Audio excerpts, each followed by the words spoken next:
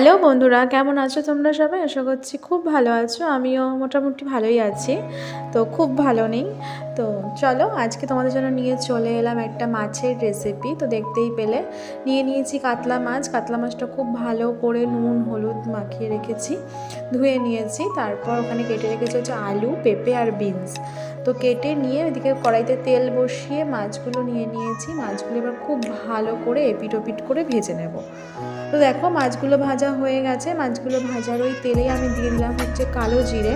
আজকে আমি রান্নাটা মূলত করছি, আমার হাজব্যান্ড একটু অসুস্থ, তার জন্য। তো এটা আপনারা তোমাদের বাড়িতে কোনো অসুস্থ মানুষ থাকলে বা কোনো পেশেন্ট থাকলে করতে পারো। খুব ভালো, খুব খাওয়াটা খুবই স্বাস্থ্যকর আর খেতেও খুব ভালো হয়। তো দেখো কালো জিরে দিয়ে দিলাম হচ্ছে আলু, বিনস আর পেঁপেটা দিয়ে খুব ভালো করে এই সময় আমি কষিয়ে নেব, ভাজা ভাজা করে নেব। তোমরা চাইলে মশলা কষিয়েও তারপর দিতে পারো, কিন্তু আমি যেভাবে করি আমি সেটাই তোমাদের সঙ্গে শেয়ার করলাম। তো দেখো আমি খুব ভালো করে এবার এটাকে এপিট ওপিট করে ভেজে নেব। বেশ অনেকক্ষণ সময় ধরেই ভাজা ভাজা করব, ওই মিনিট 5-10 মতো সময় লাগবে। তো দেখো খুব ভালো করে ভাজা যখন হয়ে যাবে তখন আমি দিয়ে দিলাম গ্রেট করে রাখা আদা, আর দিয়ে দিলাম জিরে গুঁড়ো, ধনে গুঁড়ো, হলুদ আর লঙ্কা। হলুদ আর নুন না, আমি এখানে লঙ্কা ব্যবহার করিনি, তোমরা চাইলে লঙ্কা দিতে পারো, একটা কি দুটো, অসুবিধা নেই। এবার আমি একটু, যেহেতু গুঁড়ো মশলা রয়েছে তাই একটু সামান্য পরিমাণে জল দিয়ে এবার আমি খুব ভালো করে মশলাটাকে কষিয়ে নেব।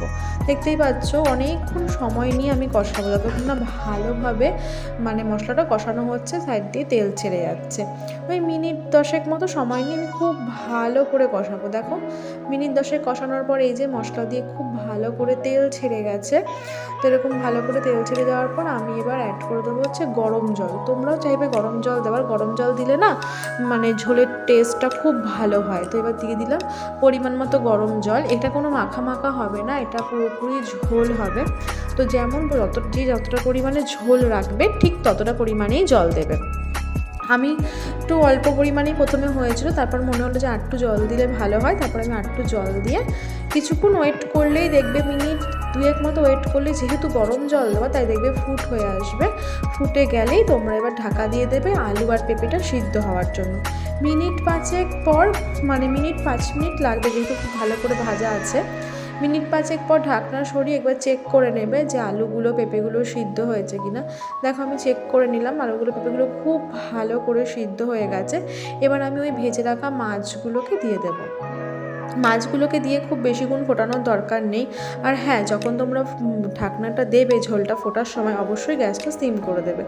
গ্যাসটা সিম করাই ছিল। এবার আমি মাছগুলো দিয়ে একটু ফ্লেমটা বাড়িয়ে ওই মোটামুটি 2 মিনিট থেকে 3 মিনিট মতো ফুটিয়ে নিলেই একদম রেডি আমাদের কাতলা মাছের পাতলা ঝোল।